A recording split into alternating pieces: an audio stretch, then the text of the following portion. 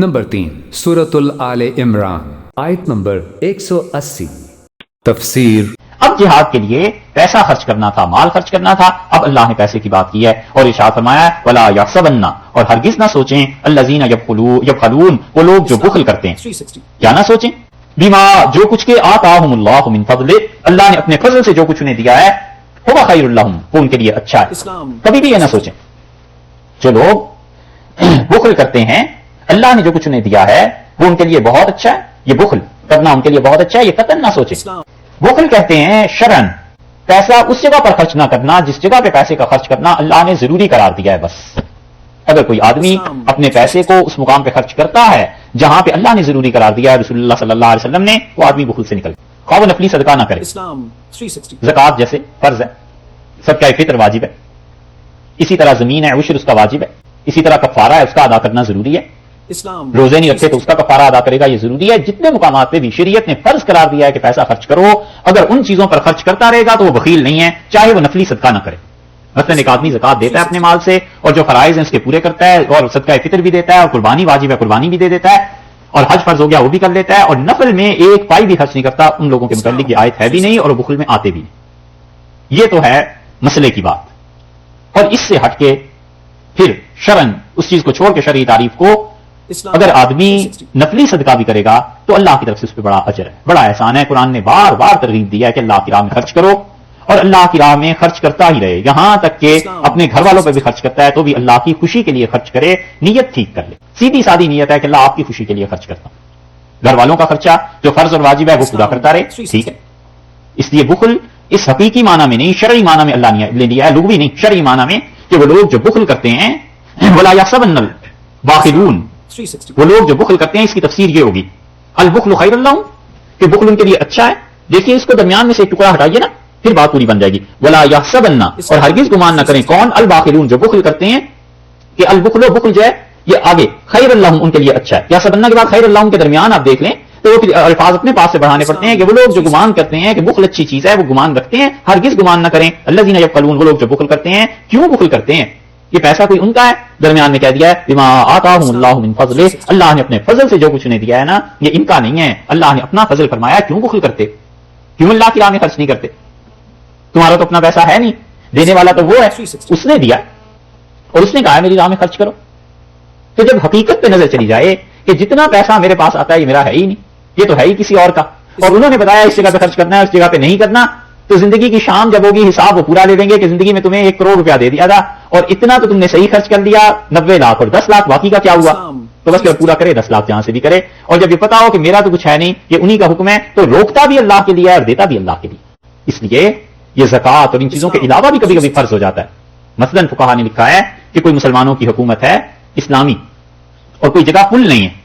اور لوگوں کو دقت ہے، تو فقہا کہتے ہیں اس پورے گاؤں سے جبرن اگر سرمایہ دار ہیں تو ان سے پیسہ لے لیا جائے جبرن اور اس پل کو بنایا جائے۔ اگر کوئی مدرسہ نہیں ہے اسکول نہیں ہے تو اس کو بنایا جائے تاکہ عام مسلمان اس سے فائدہ اٹھائیں اور پھر وہ پیسہ وہیں سے کما کے اسے واپس کر دیا جائے۔ اور بعض حضرات کہتے ہیں کہ اسے زیادہ واپس کیا جائے اپنی خوشی سے جتنا بھی حکومت دینا چاہے، کیونکہ مسلمانوں کی عام تکالیف جو ہیں ان کے لیے مال کو جبرن دینا اس وعدے پہ اور اس پابندی کے ساتھ اسے لوٹا دیں گے، اور اپنی خوشی سے حکومت میں کچھ اضافہ بھی کرنا چاہے تو یہ چیز جائز۔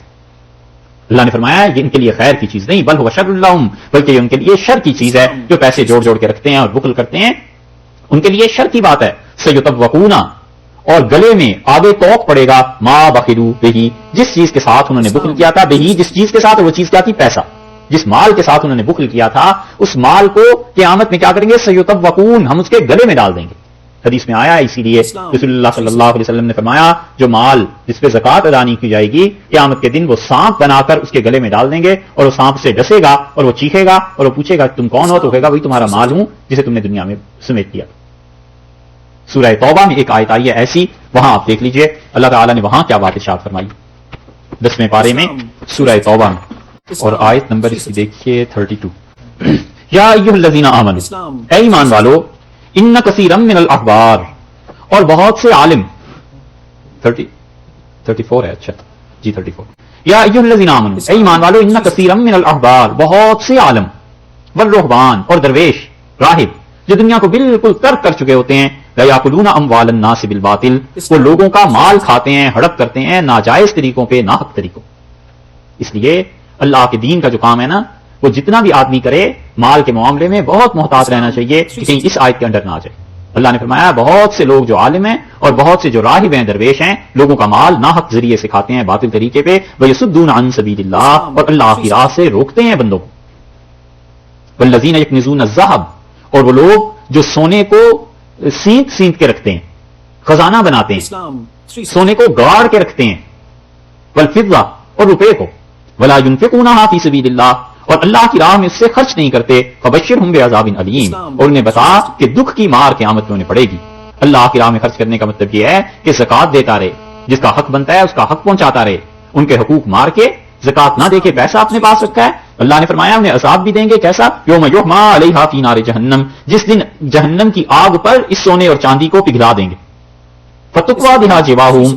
اور اس سونے اور چاندی کا جو ملغوبہ ہوگا کھولتا ہوا اس سے ہم کیا کریں گے ان لوگوں کی کروٹوں کو ان کے پہلوؤں کو داغ دیں گے اوپر سے لے کے نیچے تک بہا دیا جائے گا سونا اور چاندی کھولتا ہوا گرم ان کے جسم پہ تاکہ جلیں بھی عذاب بھی اور پتہ چلے گے. وہ جنوبہم جباہم ان کے ماتھے پر جب کہتے ہیں ماتھے کو ان کے ماتھے پر مہر لگا دیں گے اس سے اور ان کی کروٹوں پہ وظہورہم ان کی پیٹھ پہ اور کہیں گے ھذا ما کنزتم لانفسکم یہ ہے وہ پیسہ جو تم نے اپنے لیے جمع کر کے رکھا تھا وذوقوا ما کنتم تکنزون اب مزہ چکھو اس پیسے کا جو تم بچا بچا کے رکھتے. اتنی شدید وعید ہے زکات نہ دینے پہ اور جہاں پر مال خرچ کرنا ہے وہاں پہ مال خرچ نہ کرنے پہ. اللہ نے بتایا ہے سیطوقون ما بخلوا به یوم القیامہ اور قیامت کے دن جس نے بخل کیا تھا اس کے گلے میں ڈال دیں گے ہم اس کا بخل وہ پیسہ مال جتنا تھا بخل کی وجہ سے وہ سانپ بنا کر گلے میں ڈال دیا جائے گا بھگتو اس کو. وللہ میراث السماوات والارض اور لوگوں اللہ وارث ہے آسمانوں کا بھی اور زمین کا بھی.